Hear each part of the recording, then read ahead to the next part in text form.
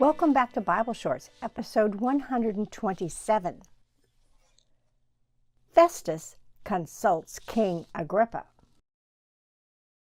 In our last episode, we learned how Paul, who'd been arrested after a riot in Jerusalem, had been taken to the Roman governor based in Caesarea. And there he was kept a prisoner for 2 whole years.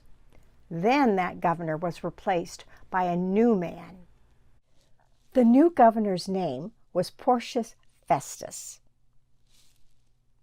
When Festus visited Jerusalem, soon after his arrival, he was urged by the Jewish leadership of the temple to bring Paul back to Jerusalem to be tried. But secretly, they were planning to kill Paul. Festus went back to Caesarea and brought Paul before him there to find out what this was all about. Paul said in his defense, "I have in no way committed an offense against the law of the Jews, or against the temple, or against the emperor." But Festus, wishing to do the Jews a favor, asked Paul, "Do you wish to go up to Jerusalem and be tried there before me on these charges?" Paul said, "I'm standing before the emperor's tribunal. This is where I should be tried. I have done no wrong to the Jews, as you well know." Paul said, "Now, if I'm in the wrong and I have committed something for which I deserve to die, I'm not trying to escape death, but if there is nothing to their charges against me, no one can turn me over to them." And then he said the fatal words, "I appeal to the emperor in Rome." Then Festus, after he had conferred with his council, replied, "You have appealed to the emperor. To the emperor you will go." After several days had passed, King Herod Agrippa and his sister Bernice arrived at Caesarea to welcome Festus. Yes, this is another Herod. He's the son of the Herod Agrippa who killed James, the brother of Jesus, and who had had Peter arrested. Festus laid Paul's case before the king, saying, "There is a man here who was left in prison by Felix. When I was in Jerusalem, the chief priests and the elders of the Jews informed me about him and asked for a sentence against him. The accuser did not charge him with any of the crimes that I was expecting. Instead, they had certain points of disagreement with him about their own religion and about a certain Jesus who had died, but whom Paul asserted to be alive. And since I was at a loss how to investigate these questions, I asked whether he wished to go to Jerusalem and be tried there on these charges. But when Paul had appealed to be kept in custody for the decision of the emperor in Rome, I ordered him to be held until I could send him to the emperor." Agrippa said to Festus, "I would like to hear the man myself." "Tomorrow," said Festus, "you will hear him." On the next day, King Agrippa and his sister came with great pomp and entered the audience hall with the military tribunes and prominent men of the city. Then Festus gave the order, and Paul was brought in. Festus said, "King Agrippa, and all here present with us, you see this man about whom the whole Jewish community petitioned me, both in Jerusalem and here, shouting that he ought not to live any longer. But I found that he had done nothing deserving death, and when he appealed to his imperial majesty the emperor, I decided to send him to Rome. But I have nothing definite to write to our sovereign the emperor about him. Therefore I have brought him before all of you, and especially before you, King Agrippa, so that after we have examined him, I may have something to write. For it seems to me unreasonable to send him a prisoner without indicating the charges against him." King Agrippa said to Paul, "You have permission to speak for yourself."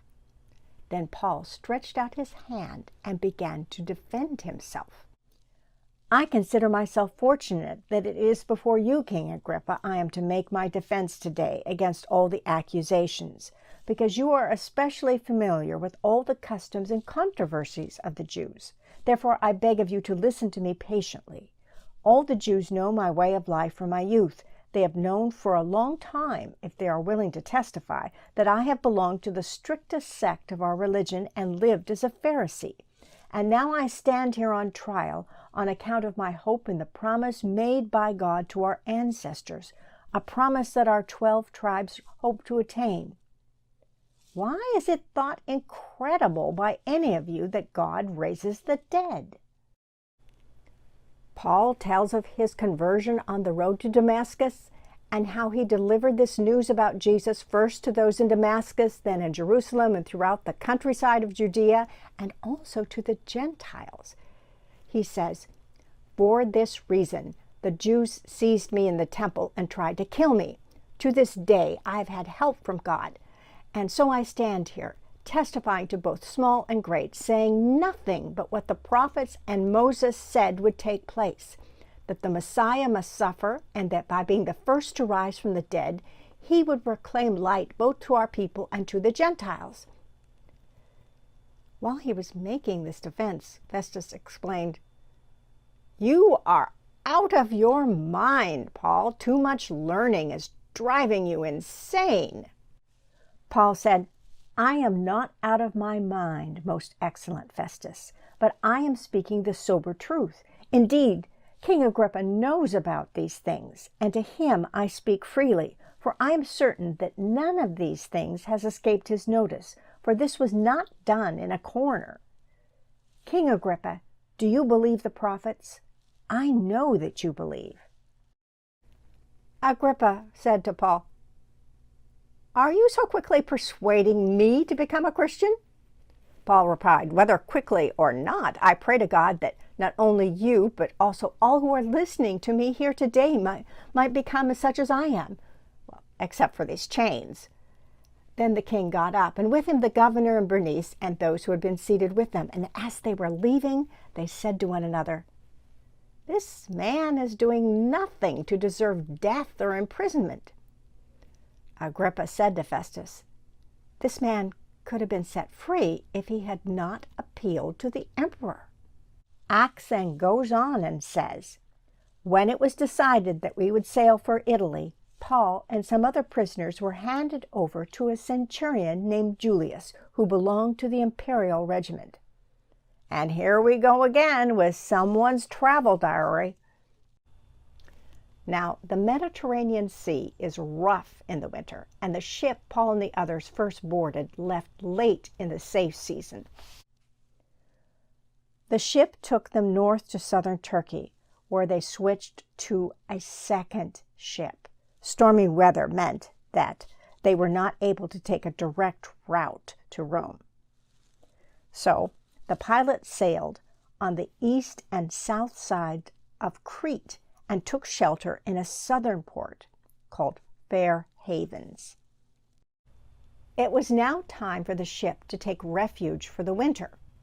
Although Paul warned the centurion that they should stay in Fair Havens, Julius listened to the ship's pilot. The decision was made to try to sail further along the southern coast of Crete and winter in a more suitable port called Phoenix. This was a harbor facing both southwest and northwest. When a gentle south wind began to blow, they saw their opportunity, so they weighed anchor and sailed along the shore of Crete, heading west, heading for the port of Phoenix. But before very long, a wind of hurricane force called the northeaster swept down from the island. In Acts, the text says, "The ship was caught by the storm and could not head into the wind, so we gave way to it and were driven along. As we passed to the lee of a small island, we were scarcely able to make the lifeboat secure, so the men hoisted it aboard. So they passed ropes under the ship itself to hold it together. We took such a violent battering from the storm that the next day they began to throw the cargo overboard. On the third day, They threw the ship's tackle overboard with their own hands. And when neither sun nor stars appeared for many days, and the storm continued raging, we finally gave up all hope of being saved. What happens next? Look for Bible Shorts, episode 128. Is this the end for Paul?